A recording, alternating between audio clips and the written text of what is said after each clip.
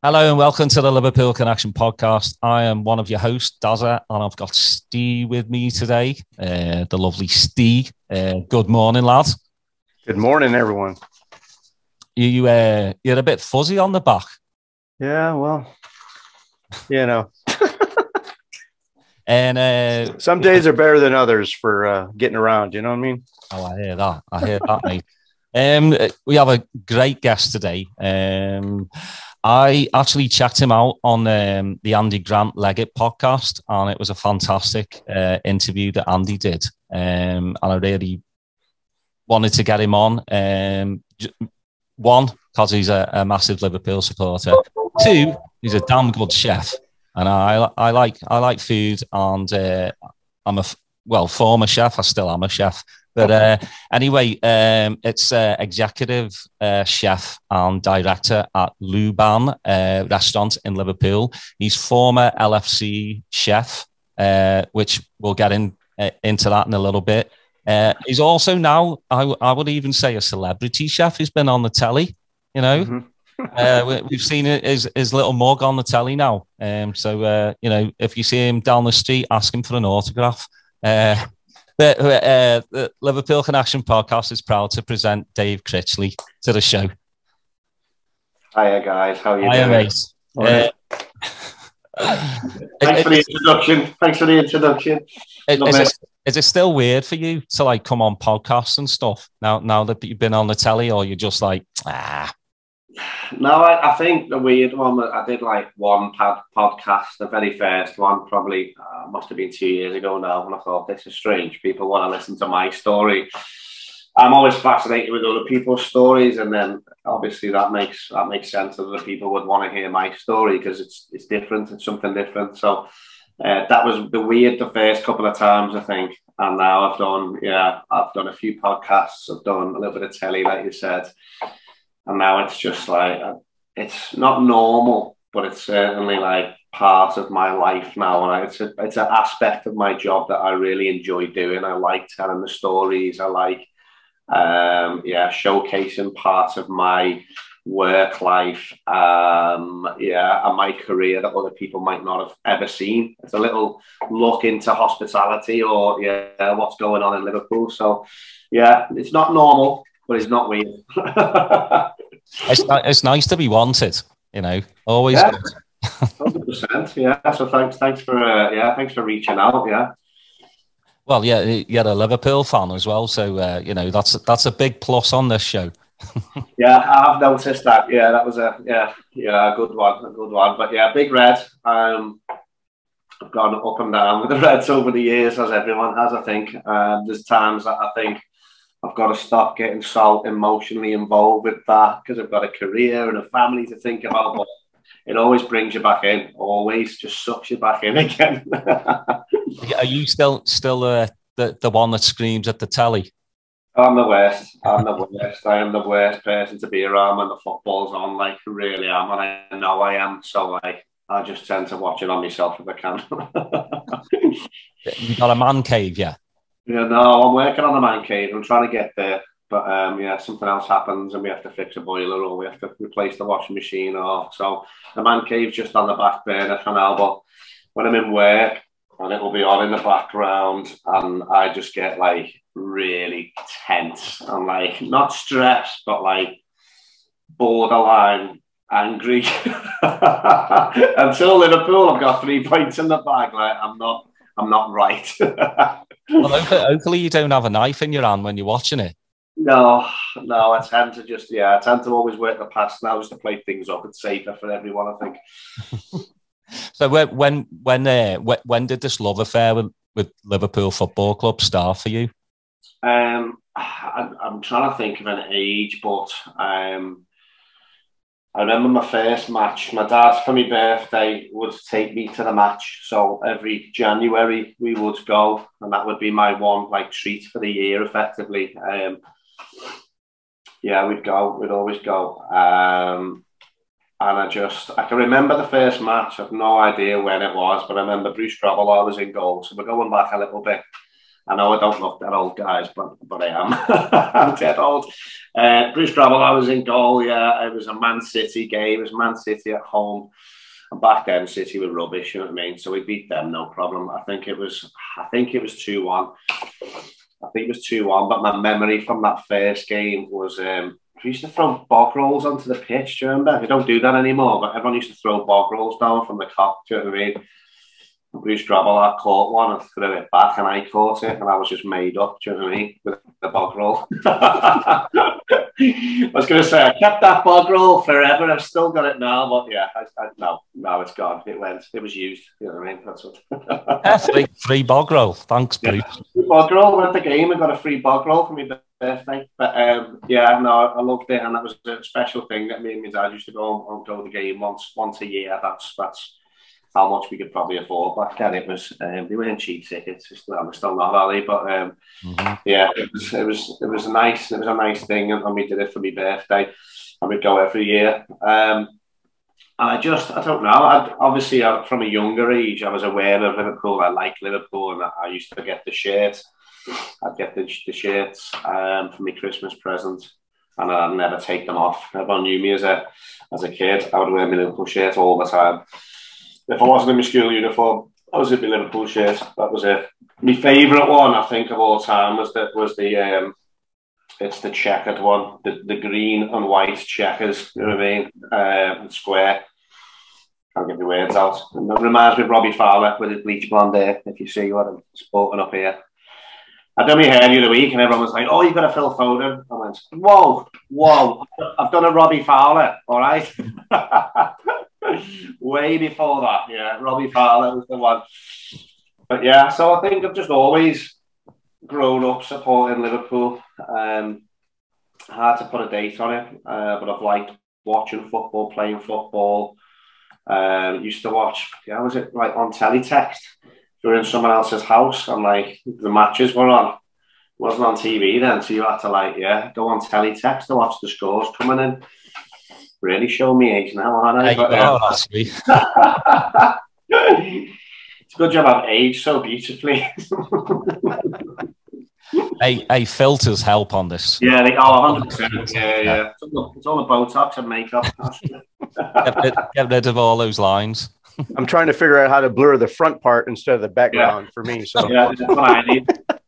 That's what I need. Was Robbie your favourite?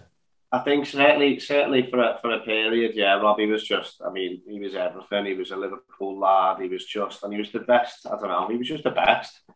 He'd get a ball and score from anywhere on that pitch. It was anywhere. He could hit any type of goal. Brilliant player. I used to like Steve McManaman as well. I'm friends with a couple of that type of player, Rob Jones and people like that, and follow on Twitter. We speak to each other, try and get them in the restaurant. So that kind of, that's the years I probably remember the most, thinking back, like Scales, Jones, Bab, Fowler, those types of players. When I think back, that's what I remember, those guys. So although I was probably watching football when we had like Rush, Barnes, but I was probably a bit too young then to really appreciate what I was seeing and what we had. It was more the era with Redknapp and those players that I remember the most. So yeah, good memories. Enjoyed it. Have you taken your lad? Yeah. No, not yet. I will do. He's not massively into his footy yet. He's still dinosaurs and cars at the moment. He loves Bobby Firmino though. That's his favourite player. Bobby Firmino and Alisson, they're his favourites. He's got a Bobby shirt signed on his wall. Bobby, what a legend Bobby is, like absolute legend. He's probably one of my favourites currently at the moment. Just been consistently boss for the last however many years he's been with us. Brilliant. What a talented player that is. But I will take him. He's 6 at the moment, and I'm thinking the time's probably right now. So, we'll go. Although we'll probably get bored after 10 minutes. I'll be like, "Come on, son, watch the game," and he'll be like, "No, I want to play like monster machines or dinosaurs or whatever." But you've got to go. It's a rite of passage, isn't it? Take your son the game, and then hopefully he's going to fall in love with it. Yeah, and if not, you just disown him. Exactly, yeah. So you can be whatever you want in life, lad. Whatever you want, but never turn up here in Everton shirt. I swear to God. I Yeah, that's when you change the locks. Yeah. I don't even, I do that. I don't even care. I've got loads of other Tony mates, and I'm just not. It's not that deep in me that I don't mind. I don't mind anything at all, to be honest. But well, I mean, it's to the point where you don't really mind because they're shit. Yeah, that's probably You know it. what I mean? Like if they start winning trophies, then you'd probably start getting a bit, but they're really shit. So you're just like, I've got Evertonian mates as well, and I'll just make fun of them all the time. I feel sorry for them. Yeah. I'm like, what a miserable life you guys live, and that's why I could never do that to my son. I was like, if I was an Evertonian, I'd just tell my son to watch rugby. I think. Not fair. It's not fair on your kids to put them through that. But anyway, no, that's enough. That's enough Everton bashing. I'm sorry, guys. You need them as customers too, man. Don't worry. Yeah. You're great. This is very true. A very good point. Sorry, guys, if you're listening. Hey, I'm looking out for you, Dave. I need it. I do need it, Steve. I do need it.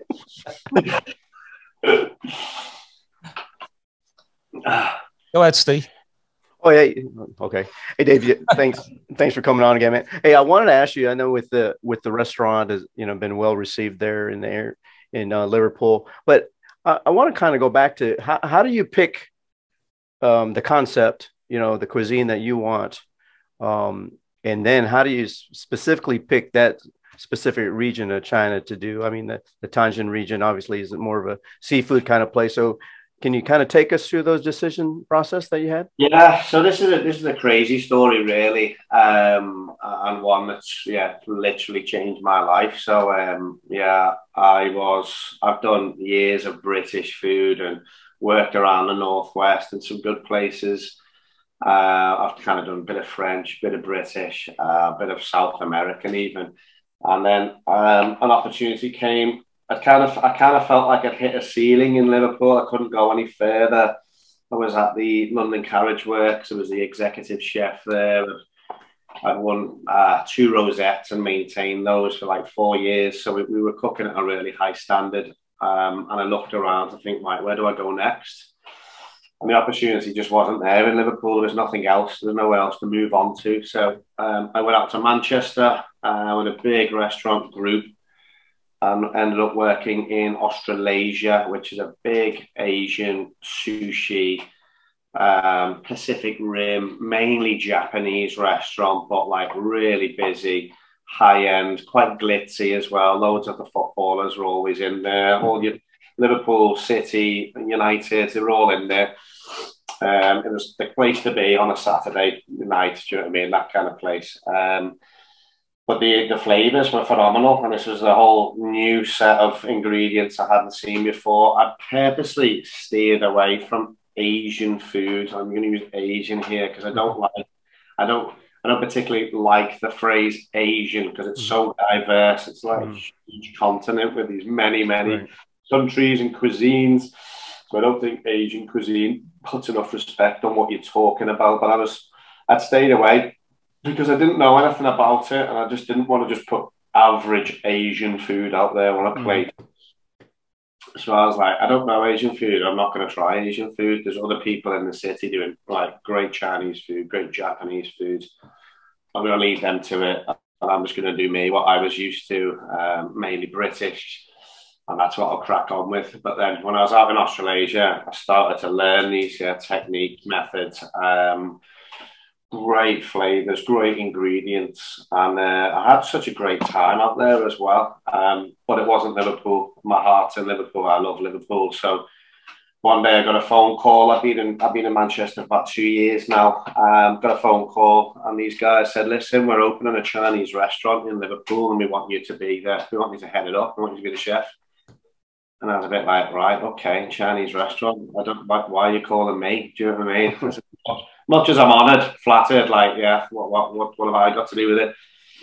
And they were like, no, listen, the project, really, we need a local chef because we want someone who knows the city and loves the city, and you're going to be the face we don't want a Chinese chef. We want the British chef to learn Chinese cuisine. And I was like, right, okay.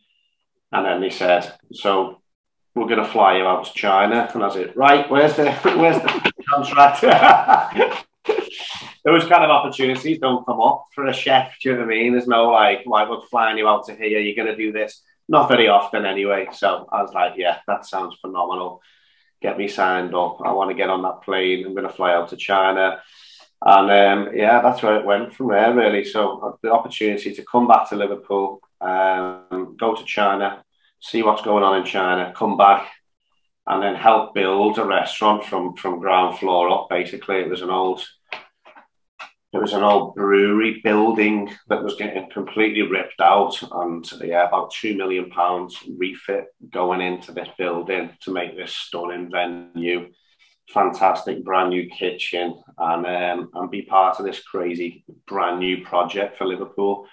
So I was really proud of that. So yeah, I flew out to China, Tianjin, like I said, in northern China.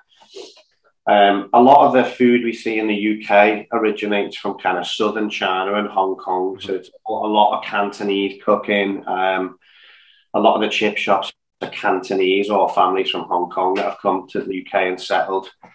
So the northern Chinese food's quite different, and not many people have seen it as well. So, so it was great to get out there, see it, and then start bringing that back to the UK. So yeah, that is part of the project, which will be, look at us, this is our restaurant, we're showcasing food from northern China, and it's probably a type of style of food that you've never eaten before, and you're going to love it, because I did. It was absolutely amazing. It literally blew my mind from the first couple of mouthfuls. I was just like, fucking hell, that's what Chinese food's meant to taste like, you know what I mean? Where's all the salt, sugar, MSG? Where's all the gloopy sauces? What's going on? I was a massive fan of Chinese takeaway as growing up. Well, that was my favourite, and I think that goes for a lot of Scousers because of the amount of Chinese restaurants and chippies there is, and the Chinese community in Liverpool. It's part of our life. It's part of growing up in Liverpool. Like, a chippy is Chinese in Liverpool. Nowhere else I know in any other city where a fish and chip shop is actually a Chinese. Do you know what I mean? So, and that's to do with the amount of Chinese settlers that came to Liverpool and made Liverpool their home, and they became part of our community.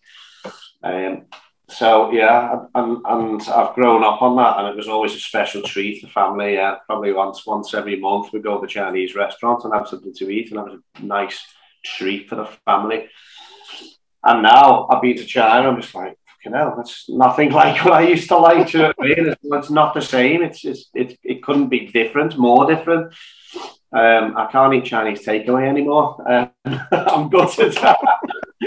I tried one the other week. I think it was Father's Day, and I thought, oh, I'm so tired. We're working loads of hours. I'm just going to get a Chinese takeaway. And Mrs. doesn't really like Chinese takeaway, so that's a special treat for me if we ever get one. I never get one.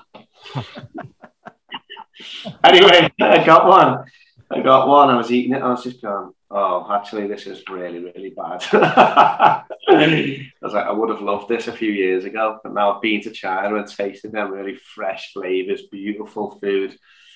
I'm like, yeah, I'm not really into this anymore. This takeaway, this soggy, deep fried stuff, and that gloopy sauce. It's not true Chinese food anymore. So I've kind of ruined it for myself. But in the process, I've had this incredible kind of whirlwind. Just over 2 years now of getting out to China, trained with like some of the top chefs in China, not just this region, in China.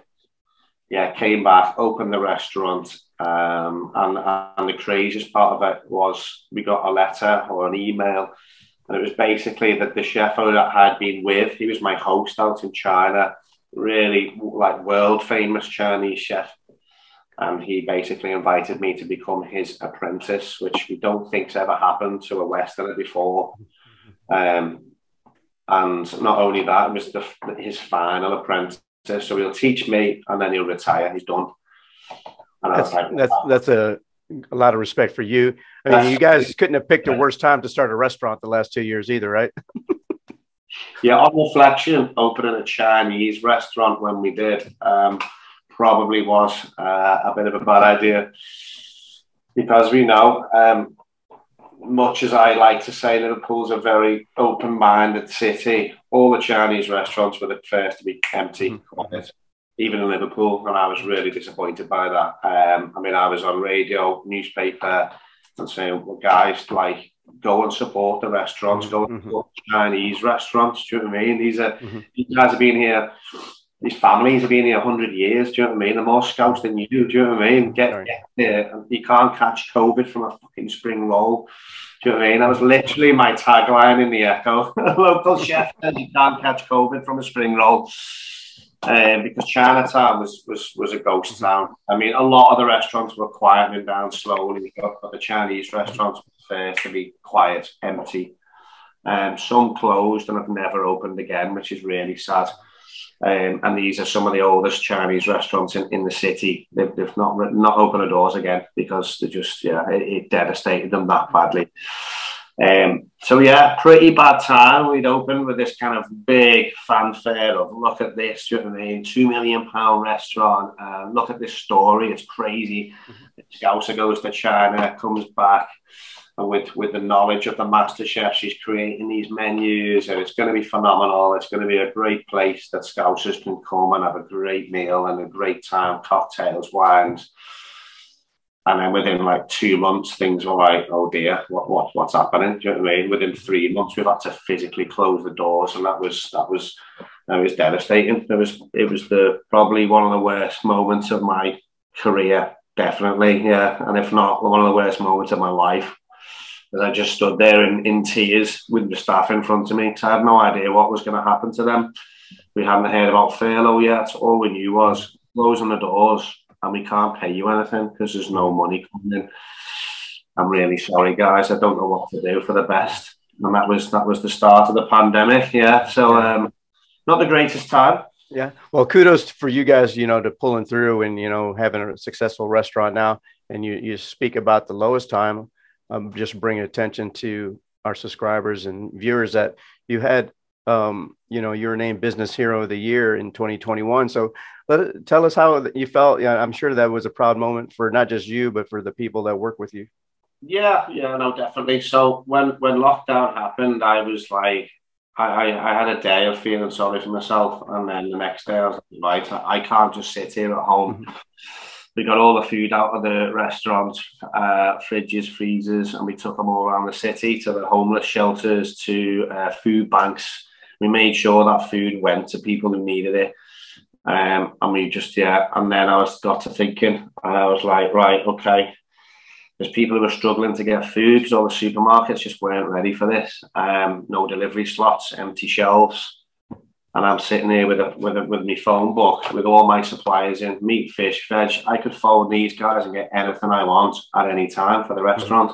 So I phoned them all up and said, what if we did to people's houses? I said, people need stuff. I put a Facebook post out saying, guys, if you need anything, just drop me a message on here. I said, I can make it happen. I can get stuff for you. I've got access to pretty much anything, absolutely anything. That's my job. Do you know what I mean? I want people to get produce in, and we turn it into food and we fire it out. So, but not just produce. We're not talking just food. It's toilet rolls, hand sanitizer, cleaning chemical, anything like that we could get hold of because we'd normally be dealing in it. So that's what we did. The Facebook post just got. I mean, I don't even know what the numbers were now, looking back now, but it probably almost went viral. There was like retweets, shares. Everyone was like commenting and passing it on to everybody. And people who knew people who were struggling were passing their messages on to me and stuff like that. We were delivering. Well, we started first and foremost. I was phoning my guys saying, right, I've got this massive list of stuff we need to do. And it pretty quickly overwhelmed me. I was on the phone for like 12 hours a day, literally. From one person, I was just a middleman, passing on, writing down the orders, passing it on to the suppliers, then working out how much it all cost, dividing it by the different suppliers, and then calling them back to take payments for them. And I was like, I can't do this. I'm like, this is mad. So I created, with help from someone I knew, a little website, and it would take all the orders, and people could go on, place all their orders, and then all I had to do was work out the logistics of getting it delivered around the city. So I went from a chef one day to this logistical mastermind the next day. So, and we called it Liverpool Independent Delivered Services, or the LIDS for short. You know what I mean? Makes sense for Scousers out there. LIDS. I thought it's catchy, it's great, it's just boss. That's what we're doing.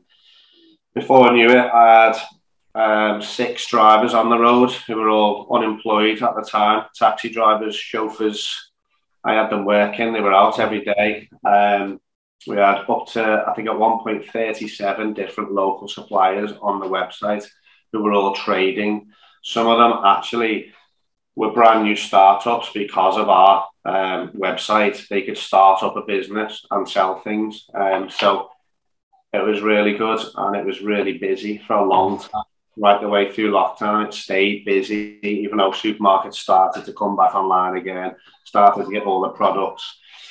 And then off the back of that, we were using profits that were coming through, because we did start to see profits after a while. It was like, this is actually making money, do you know what I mean? So we put it, once I knew that I was okay with furlough and my staff were all sorted, anyone who came in to help us, like box things up, package things up, they'd get paid for it, which was good. And then the money that we had left over, we started investing back into the communities. So we supported 100 families a week right the way through lockdown with fresh fruit and veg, box bread, bit of meat if we could afford meat that week and put that in there, recipe cards for them so people could cook with these veg. I had product. I didn't have a lot of money, but I had product that I could get to people. So that's what we turned our attention to as well. So we ran a few different community projects, Knowsley Kitchen, that was looking after these 100 families with these boxes. I set up a little business called the Well-Fed Box, which was effectively a kind of HelloFresh type cook your own meal box, but really healthy, really nutritional, loads of education in that box, and that would be sponsored. I'd go out and get money off housing associations, councils, donations from footy players.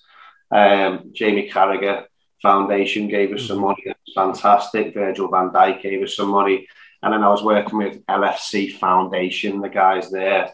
Absolutely phenomenal work. Forbes, I don't know if you know him, but he's a great guy. And we were teaming up to deliver these boxes out to various places around Liverpool. And it went from there, really. It just went off. I don't think I've ever worked so hard in my life. It just didn't stop whatsoever. But the good thing was, on the back of that, Luban, the brand, was staying out there, because it was like, guys, look, this is what we're doing. And we weren't doing it for that reason. It just kind of happened as a nice, natural kind of resulting factor that people were like, oh, look at these guys. That's that brand new restaurant. That's barely opened. Look what we're doing now.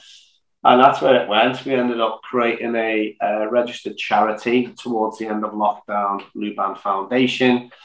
And that's all to do with education, specifically around food. For me, I've done work with food parcels and food banks.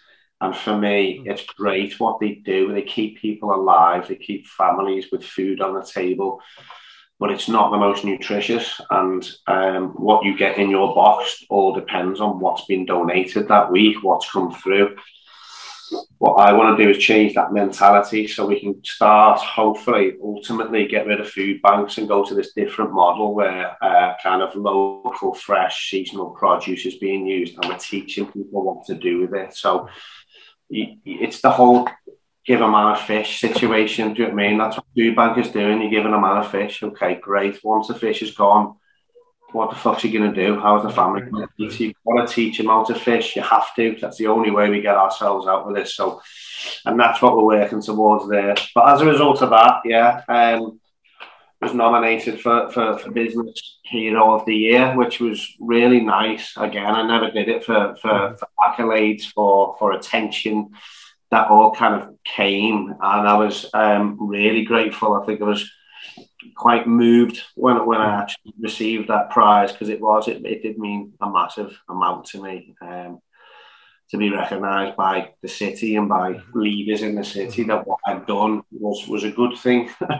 Well, you know, we congratulate you on that, and I know, yeah, you're very you know, humble about it. I know there's a lot of work that was behind that award, and yeah, I kind of think back, you know, COVID, obviously it has this negative connotation, but you know, you're able to bring positives out of it. I mean, look at some of the things that you've done that you probably would not have done if, you know, everything was just humming along as a normal basis. So yeah, we appreciate your efforts. Kudos to you. And, you know, we wish your restaurant, you know, continued success. As you know, we want to transition over to Liverpool and just talk about how you got associated with the club, because, you know, Daz and I, we would go back over there and sweep the floors, you know, just to be associated with the club in some manner. So we're jealous of you, to be sure. I'll pick up the bug roll. I'm giving that bug roll back one day. Bruce has actually eaten in the restaurant a couple of times now, which is quite nice as well. I've never told him about the toilet roll. I will one day. But yeah, so with the club then, obviously, yeah, I've been going the match here and there, and yeah, I've never had a season ticket because I work every Saturday. So that's it. So anytime any tickets used to come up on like a Wednesday or the Champions League or cup games midweek, I try and get to them. But working alongside them kind of happened again almost by accident. I was working at Hope Street Hotel as the exec chef there, as I said before. And for those that don't know, LFC basically stay there every home game. They bring the team in on the buses and they stay in the hotel. And so as part of my role, I would have to be there for every match. Yeah, I'd have to be in first thing if they'd normally arrive, kind of afternoon time, the day before the match. So you'd be there for them. They'd have a meal when they got there. They'd have an evening meal, and then you'd have to be up first thing in the morning, having the breakfast ready for them, and then there'd be a pre-match meal, and then off they'd go. Do you know what I mean? So you'd be there cooking for them like 4 meals over the space of this 18, 24-hour period.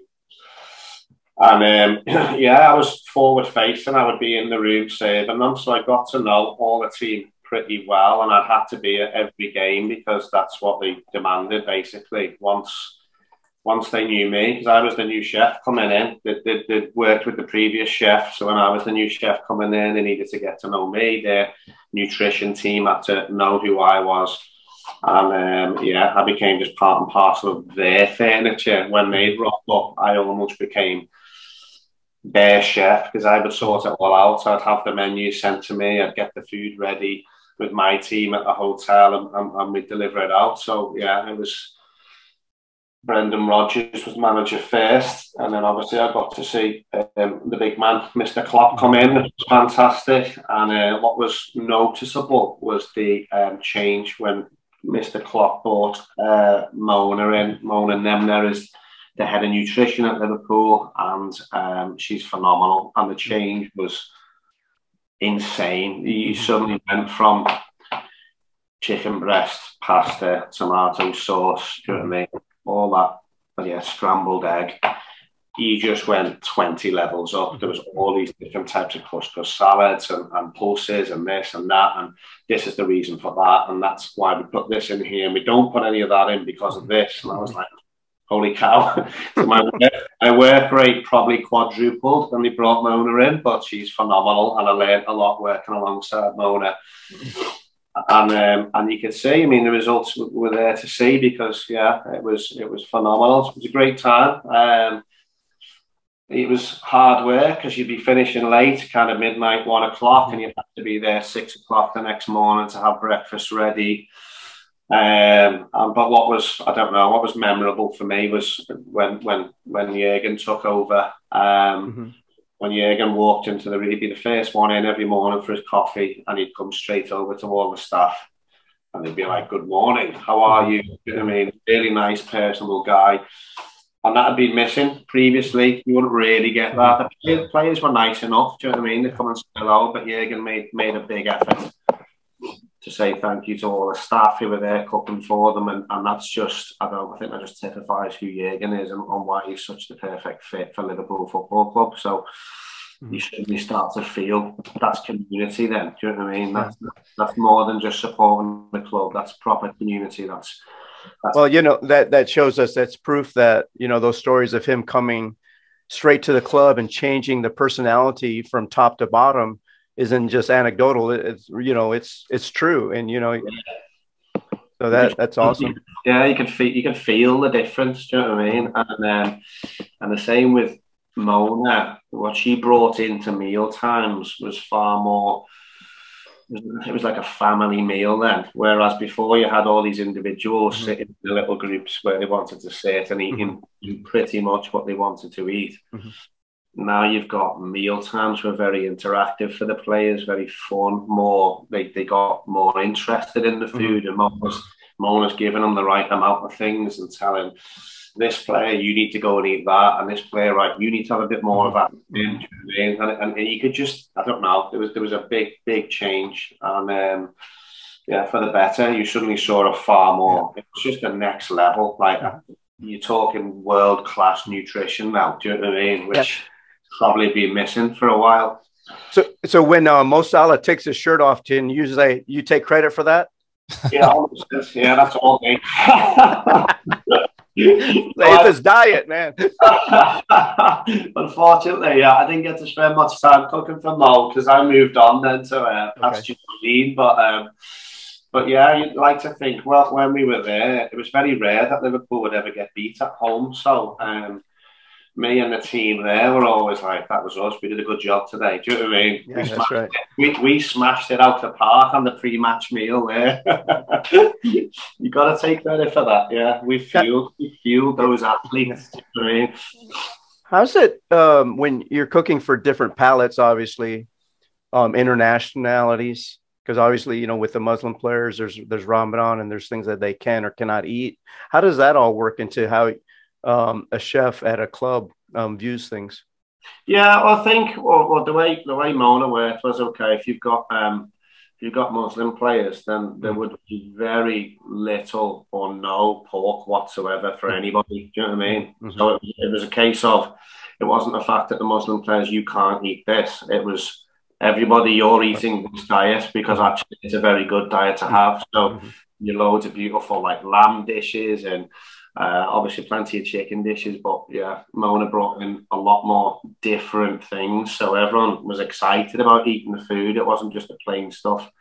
So I think that was the way to go about it, really, is rather than exclude anyone from what you can eat, it was just include everyone collectively into this whole menu, so everyone can have this menu. Do you know what I mean? So I think that was certainly the way to go about it. So it didn't feel like anyone had to be excluded for any reason whatsoever. It was more a case of, right, the whole group eats collectively the same. You know, you mentioned the way Klopp came in and changed the diet, right? And just the way everybody looked at food and nutrition. Kind of reminds me how when Arsene Wenger took over Arsenal, he did same thing. So it's surprising that, you know, more teams aren't looking at that the way, you know, Liverpool has done it. Yeah, I think probably now, this must have been, I don't know, when did Jurgen come? Like 5 years ago? Is it 5? 6 years ago, 6 years ago. I think a lot more teams now will be starting to get onto that page. But for me, I just think that's a British thing more than I think other clubs on the continent have been doing that for longer than us. Other clubs across the world possibly take more notice of nutrition. I mean, Daz, your nutrition, you cook for athletes, like you know how important it is that right stuff's going into them. And like when I first started cooking for LFC, I was looking at the menus thinking, wow, it's boring. It's chicken, pasta, fish. It's like I don't know, nutrition for dummies, like the basics, the absolute basics. And I just think, I don't know, as a collectively, I think we're all moving towards it. If you go to China, for example, and I will keep going back to China because that's that's what I do now. All the food out there is super healthy, nutritious. There's a breakdown of this is good for you because this is good for your digestive system. This is good for focus and brains. And do you know what I mean? And it was like, yeah, and it's actually tied. Chinese food is really hand in hand with Chinese medicine. So they've understood for a long, long time that what you put into your body completely matters. Like, it's huge. It's your fuel. It's what's making this amazing machine, which your body is, tick. You've got to put the right fuel in. It's so yeah, it was surprising what they were eating. So when Mona brought all this good stuff in, I was like, that's what they should be eating. Yeah. That's what professional athletes at the top of the game need to be eating. And yeah. So what you're saying is note to self. Yeah. More real Chinese food. Yeah. So what he's saying is Stevie Nicol wouldn't have been able to play for this team, or he would have been playing till he's 60 if he would have got on a proper diet. Yeah, well, yeah, you just never know. Yeah, it's just we understand far more now about nutrition and sports sciences and things like that. So, and I think you'll just keep seeing. The more we learn, the more we keep seeing, it's going to evolve and evolve and evolve. So, but yeah, great to see. Obviously, I mean, the old school guys say, well, we just used to have a pint of beer and a packet of crisps and score 5 goals against it. But it's not. Yeah, now it's the whole new ball game, literally, isn't it? You're looking at the best athletes on the planet in the shape of their lives, like, and it all depends on this. A couple of funny stories. Balotelli only used to ever eat ice cream. Literally, would just walk in, get a massive bowl of ice cream, and walk out again. And I was like, okay. And then, and I used to, when we first watched it, obviously Gerrard would have been playing for them then, so I used to watch the pecking order. Gerrard would have to go first, you know what I mean? That was, yeah, and then Suarez behind him, and then Sturridge behind him. And it was like this pecking order of like, Gerrard goes first, the best bits. Obviously, he's a legend. He was the man. And then everyone else, got to come up and come up after him and see what was, what was what. But there was some funny moments, like the players are the good lads, good fun, like, so. Yeah, do miss that actually. Yeah. I might go back into that one day. We'll see. Which player went back for seconds? Who was the greedy one? Oh, it was long. You know what? Everyone's dirt now. Suarez went. Suarez was quite funny because you'd have a big urn of soup, whatever the soup was, and then there'd be this huge bowl of like croutons to go in. And he'd used to go off, fill a soup bowl up, and take all of the croutons. All of them, literally the whole lot, into his soup bowl and walk away. And everyone would be like, what the fuck? Where's the fucking croutons gone? And it's Suarez just munching down on them. So it was greedy. I don't know. I don't think any of them were particularly greedy because they'll all have been watching what they're eating, to be fair. So trying to think, there was a player, and I'm not going to say who it was, but there was a player that got caught ordering takeaway into the hotel late at night. It never made it to him because it got intercepted because the security on the doors, obviously. Do you know what I mean? He doesn't play for Liverpool anymore, by the way. But yeah, that was good fun. Pizza's getting ordered at like 1 a.m. in the morning. It's always surprising to see people that have gained weight, like. Eden Hazard, his weight fluctuated between seasons, and we saw like Glenn Johnson at the end of his Liverpool career, he kind of started eating all the pies as well, and being nice about it. But it's amazing to see that, that with the nutrition of the clubs and how they're monitored, it still surprises me that somebody's body weight can fluctuate that much. Yeah, but how quick it is for those players to put them on it. Same with, I suppose, the easiest ones you spot is when a professional athlete stops. Do you know what I mean? Mm-hmm. Oh yeah. And then within weeks they're either dead fat or they have to be in the gym every day or they're going to get fat. But because a lot of ex-players just balloon, don't they? And it doesn't take long at all. And it's because they're still trying to eat that same diet, or they suddenly go, I can eat all the pies now. What's stopping me eating all the pies? I'm going to eat all the pies. I've missed eating pies. And then the pies in, and they're not burning off all them calories. So they just balloon. And it's quick. It is fast. And it just goes back to how important nutrition and food is. especially for when you're like at that level, when you're burning that many calories, when you're at the top of your game, and you do have a body that is tuned to do exactly that for 90 minutes. Do you know what I mean? So, yeah, good times. Yeah, I have a body to do this for 45 minutes. Yeah. That's it. Yeah, I'll keep my shirt on. Yeah, it's best. But it shows the difficulty too of eating like that at home. You know, when you don't have somebody preparing your food or buying the ingredients, and somebody monitoring your intake. So it can happen to the best of us. I'm sure. Well, I mean, you got to think too for them. You know, they weren't at Kirby. They were home during the pandemic as well. Mm-hmm. You know, so they've got to be looked after. But yeah, I read up on Mona, and before her, it was basically a nutritionist, but part-time.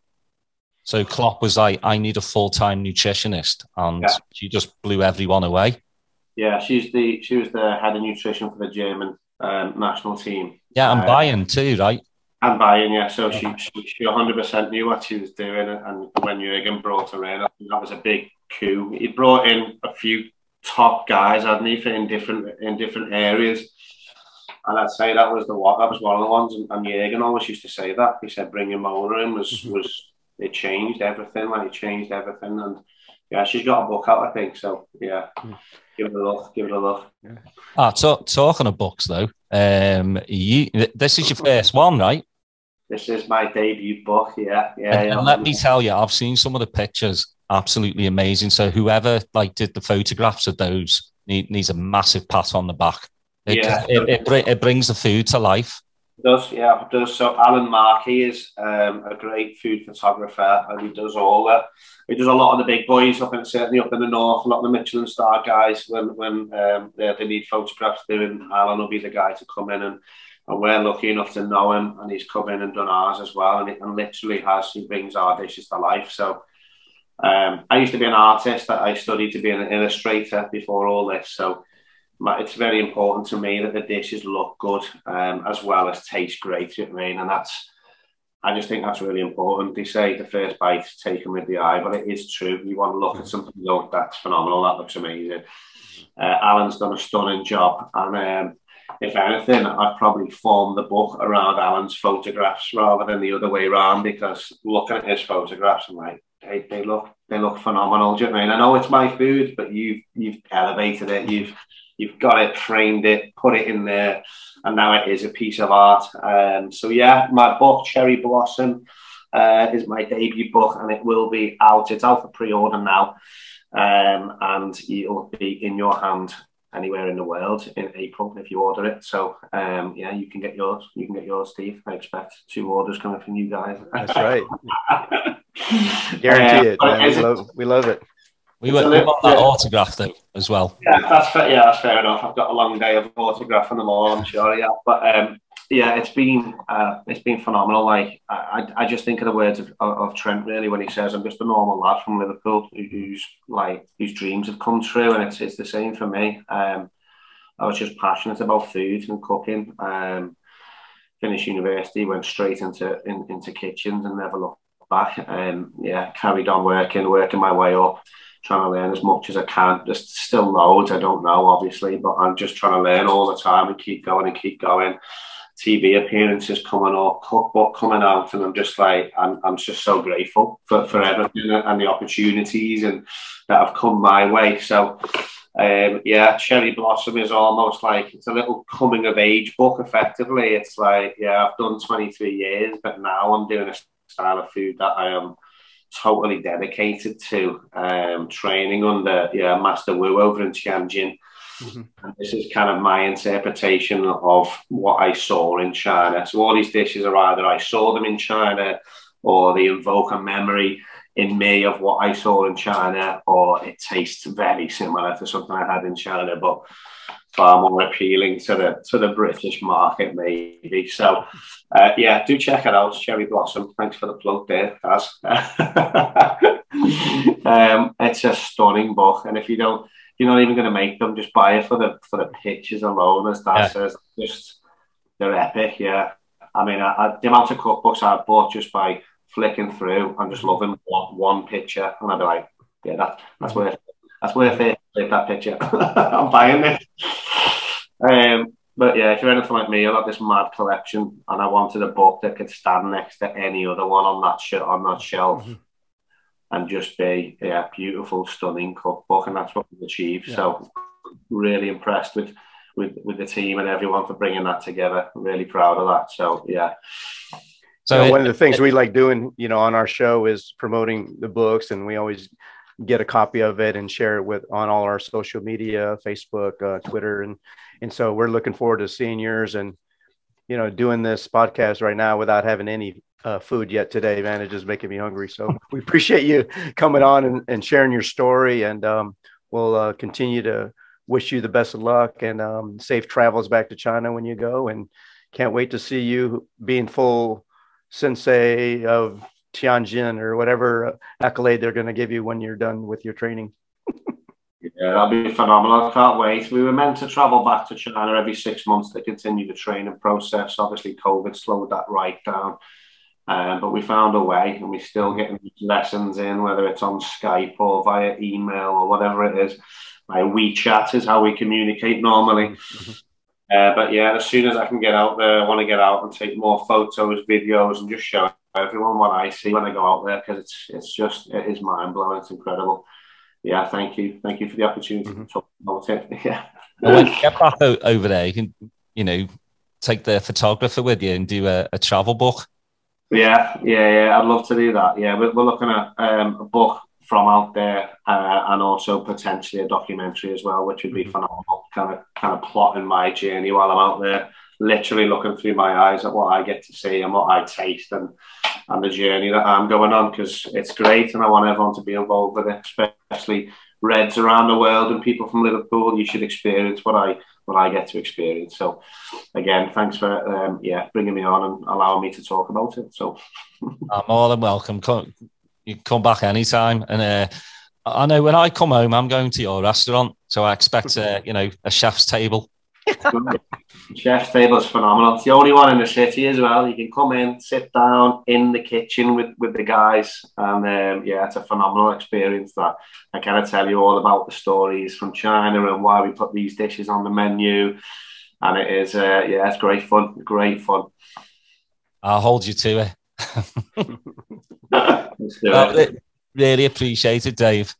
No, not at all. Yeah, really enjoyed it. I don't know what time it is over there for you guys, but not too early, is it?